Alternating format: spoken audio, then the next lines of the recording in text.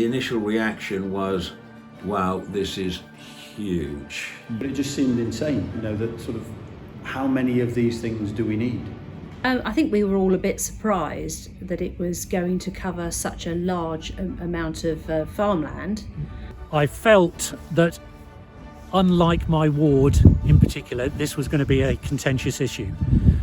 I'm really pleased because actually I've been waiting 20 years for this.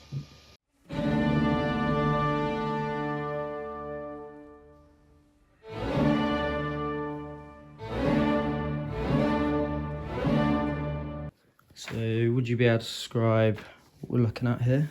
This is the extent of the East Pye scheme, southwest to northeast, starting down here at Great Malton, where the connection to the grid would be, where the battery energies, that's the grid connection, that's the battery energy storage system.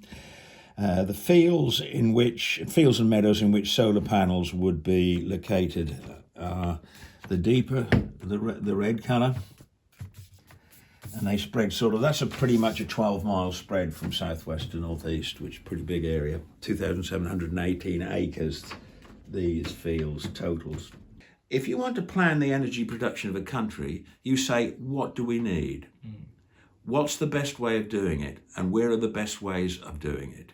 You don't leave it to the free market to come up with a bunch of fields in Lincolnshire and a bunch of fields in Norfolk, and that's your policy.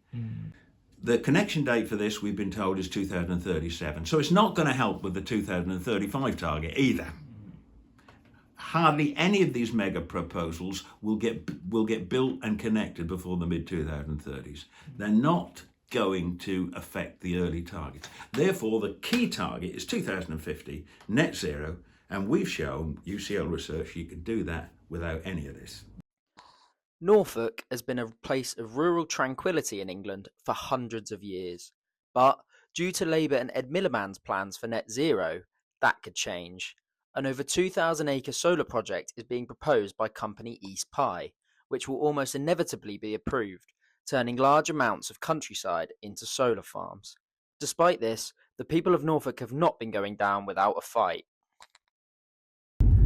So, how have villagers been fighting back? Well, one way is they've been using signs of protest all around where they live.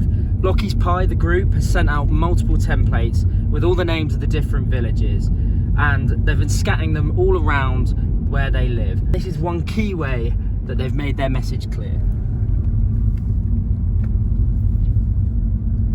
So, you know, effectively you've got if you go from here up Pymers Lane, and then you come out at the top, those fields at the top will be covered in solar panels.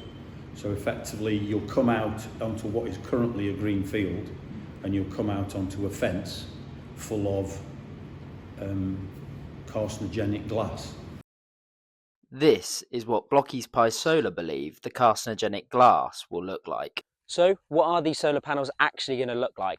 Well, as you can see beside me, pretty tall, a lot taller than me.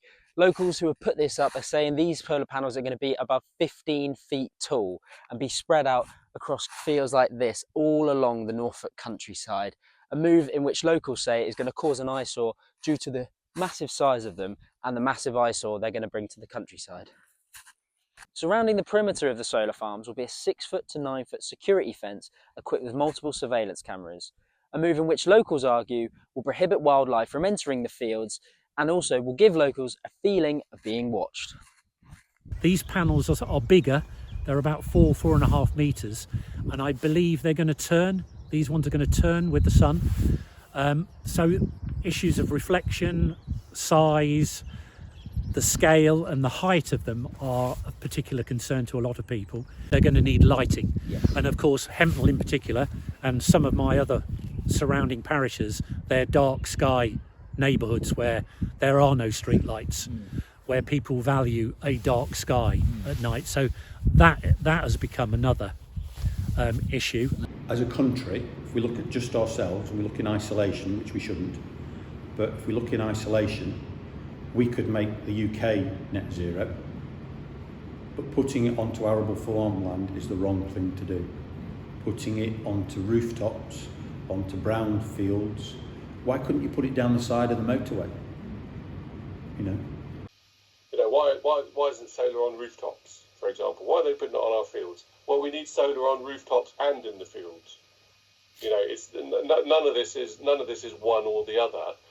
We need to use different opportunities to make lots of electricity. The demand for electricity is a lot and is going to increase for good reasons. That it's going to increase.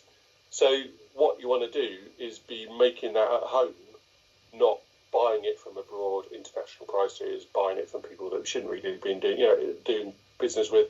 You know, ultimately, if the UK's not having to import oil from some pretty horrid regimes, then I would consider that just a good thing. Just people that you shouldn't be doing business with nationally.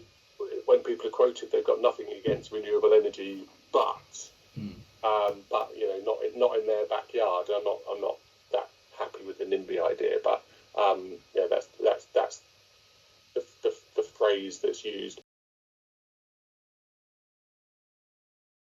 NIMBY is used as a put down for people who care about the countryside close to them. Personally, I don't like the term, and with all the parish councils that I go to, again and again, parish councillors always come out with, "We're not NIMBYs." Whenever somebody mentions the words, your hackles go up, you know, because it's like it's being used as a slur. You know, if you turned it round to those who are enforcing this, and that's the way it feels. You know, we're supposed to be a democracy, you know, but it feels more like a dictatorship at the moment. Now look, I don't want to make this documentary a hit piece on the people that are doing this, as it's clear we all need solar energy. These protest groups have clearly had an effect on the farmers' willingness to speak to the media, as every single farmer or farming group that I contacted either did not reply or refused to comment. So I thought I'd take a moment to explain why farmers are doing this. Farming is a very risky business, and when farmers are depending on the weather to decide how much income they're going to make year on year, can you really blame them for taking a guaranteed income with the money that is going to come in from the solar farms? Farming is on its knees at the moment, and we've seen it with protests recently with the tax, that farmers really feel like they're not supported. So why wouldn't they take an opportunity like East Pipe are presenting to them? Now, I want to stress I understand both sides of this story. So I went to visit the person who's going to be on the front lines of this fight against the solar farms at Norwich's County Hall. Well, I think the government would be very, let me say, they need to be more cautious if they think we're powerless, because we will fight this. We're not against solar. We think green energy is a very good thing. We have the majority of the offshore wind off our coast. So green energy is something that we need to strive for, but it's got to be a mixed economy. But you can't use Norfolk just as some sort of convenient place to put all of the solar farms just so that someone can plug their Tesla in Camden in London. On top of that, I'm in contact with the leaders of Suffolk and Lincolnshire and Essex, who are also being blighted by being seen as a convenient place for solar factories, which is the way that they should be portrayed. And we're looking at what challenges we can actually make. But at the moment, a lot of these are in the pre-application stage. So no decision has actually been made. And until that happens, until there's an actual decision, we can't fight it legally, we can't appeal it. So to conclude, these plans are still ongoing, and this story is going to continue in the next coming months and years. But for now, the people of Norfolk have been trying everything in their power to make their voices heard. Hundreds gathered in Hempnall for an hour-long walk through the village to show people what areas of their home will be affected, and to say to the government that this fight is far from over. Well, people come to Norfolk for several reasons, but one of them is our beautiful landscape. We have fantastic coasts, we have wonderful green spaces, we have the Norfolk Broads just down the road here, and we need tourism. Tourism is one of our major industries, so yes, we're very proud of our landscape and our history. And the statement around it'll be fine in 40, 60 years' time is a load of BS, because it's not going to be like that. You know, because there'll be traffic going up and down those, they've got to take the stuff out.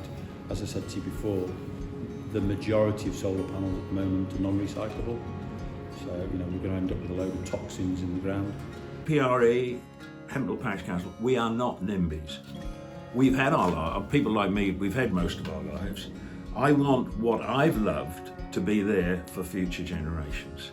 And therefore, I think protection of the countryside, everybody needs tranquility, a place to get away from it all. Everybody needs rural beauty, landscape, lovely countryside. It's important, it's in your heart and in your soul. It's important for everybody, whatever age, wherever.